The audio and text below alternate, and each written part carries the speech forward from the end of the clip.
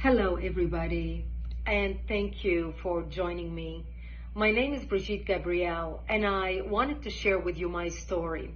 I realized yesterday when I put a post about my background that many of my new followers and people who know me as a political commentator who's always commenting on political events and current events, that a lot of people have no idea about my background and why I am so passionate speaking the way I speak. But let me share with you my background, and you'll understand where this passion comes from, and why this week has been so difficult for me watching what's happening in the Middle East. You see, I was born and raised in Lebanon, which used to be the only majority Christian country in the Middle East. We were open-minded, we were fair, we were tolerant, we were multicultural. We prided ourselves on our multiculturalism. We had open borders. We welcomed everyone into our country because we wanted to share with them the westernization which we had created in the heart of the Middle East. Lebanon became Paris of the Middle East, banking capital of the Middle East.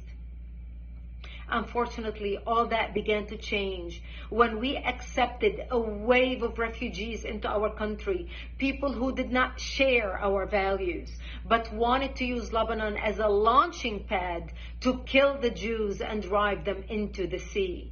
Lebanon was the only country in the Arabic world that accepted the third wave of Palestinian refugees. When they came to our country, they wanted to destroy our country. They ended up destroying our country. My 9/11 happened to me in 1975 when radical Islamic Palestinians blew up my home, bringing it down, burying me under the rubble wounded. I ended up in a hospital for 2.5 months. And as I laid in a hospital bed, hooked up to IVs, I would ask my parents, why did they do this to us? And my parents would tell me, because we are Christians, they consider us infidels and they want to kill us. So I learned since I was a 10-year-old little girl that I am wanted dead simply because I was born into the Christian faith and lived in a Christian town. We ended up leaving the hospital and coming back home, but my home was no longer the home I left. I ended up living in a bomb shelter underground in an 8x10 room without electricity, without water, and very little food. And that's where I lived for the next 7 years of my life, from the age of 10 till the age of 17, robbed of my youth. The Palestinian Islamists cut off all water supplies to our town, cut off electricity, cut off food. In order for us to go out and get some greenery, we would go out and dig out dandelions and different greenery that grew around our bomb shelter because it was the only salads we had to eat. To get some water, we would crawl into a nearby spring to get some water because we were surrounded by Islamic Palestinian snipers shooting at us.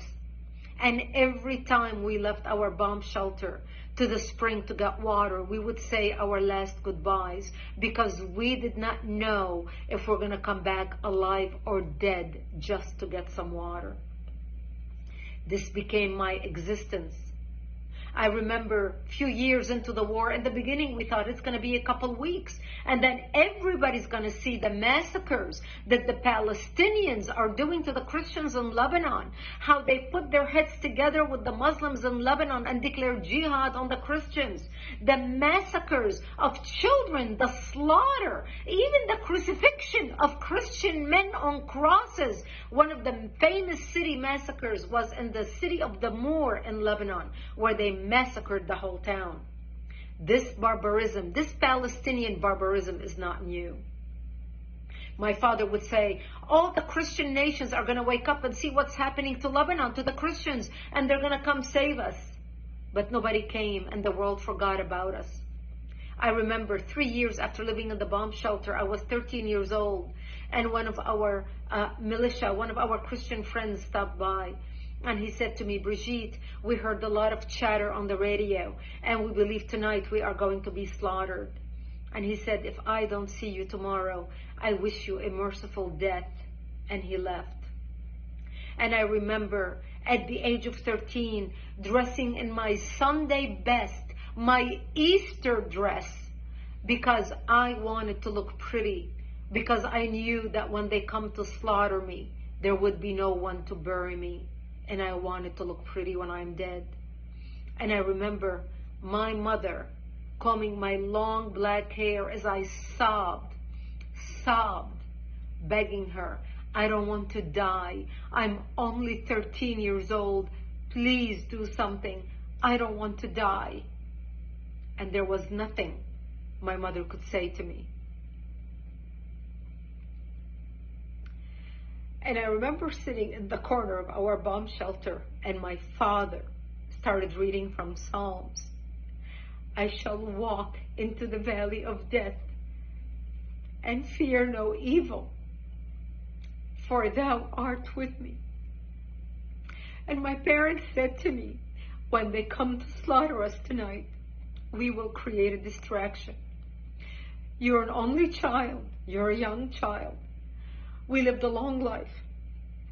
We will create a distraction, and you just run towards Israel. Run towards the Israeli border and don't look back.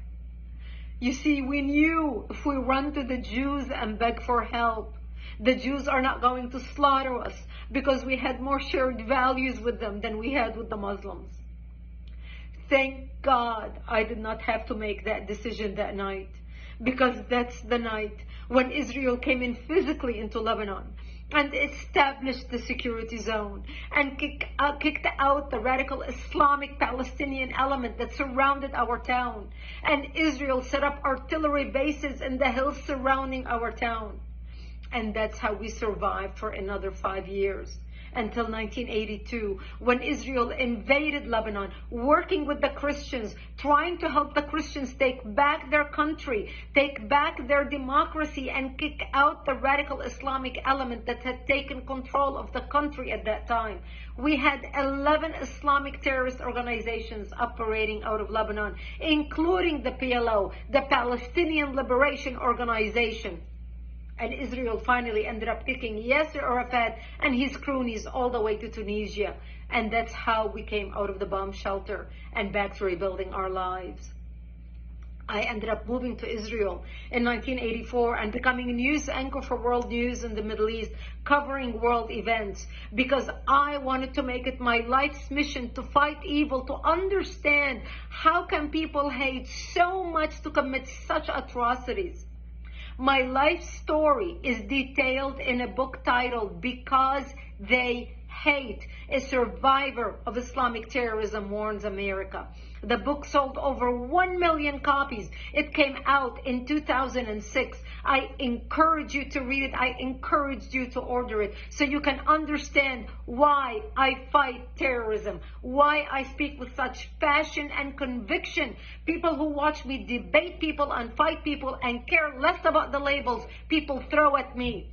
They call me radical. They call me a hater. I don't hate anybody. I pray for the Middle East. Today I'm praying for the Jews, for the Palestinians, for the Lebanese, for the innocent people who are dying or who are going to die because of the work of Hamas, because of the work of Hezbollah, because of the work of Iran, because of the crazy radicals who want to kill, who want to create mayhem on the world.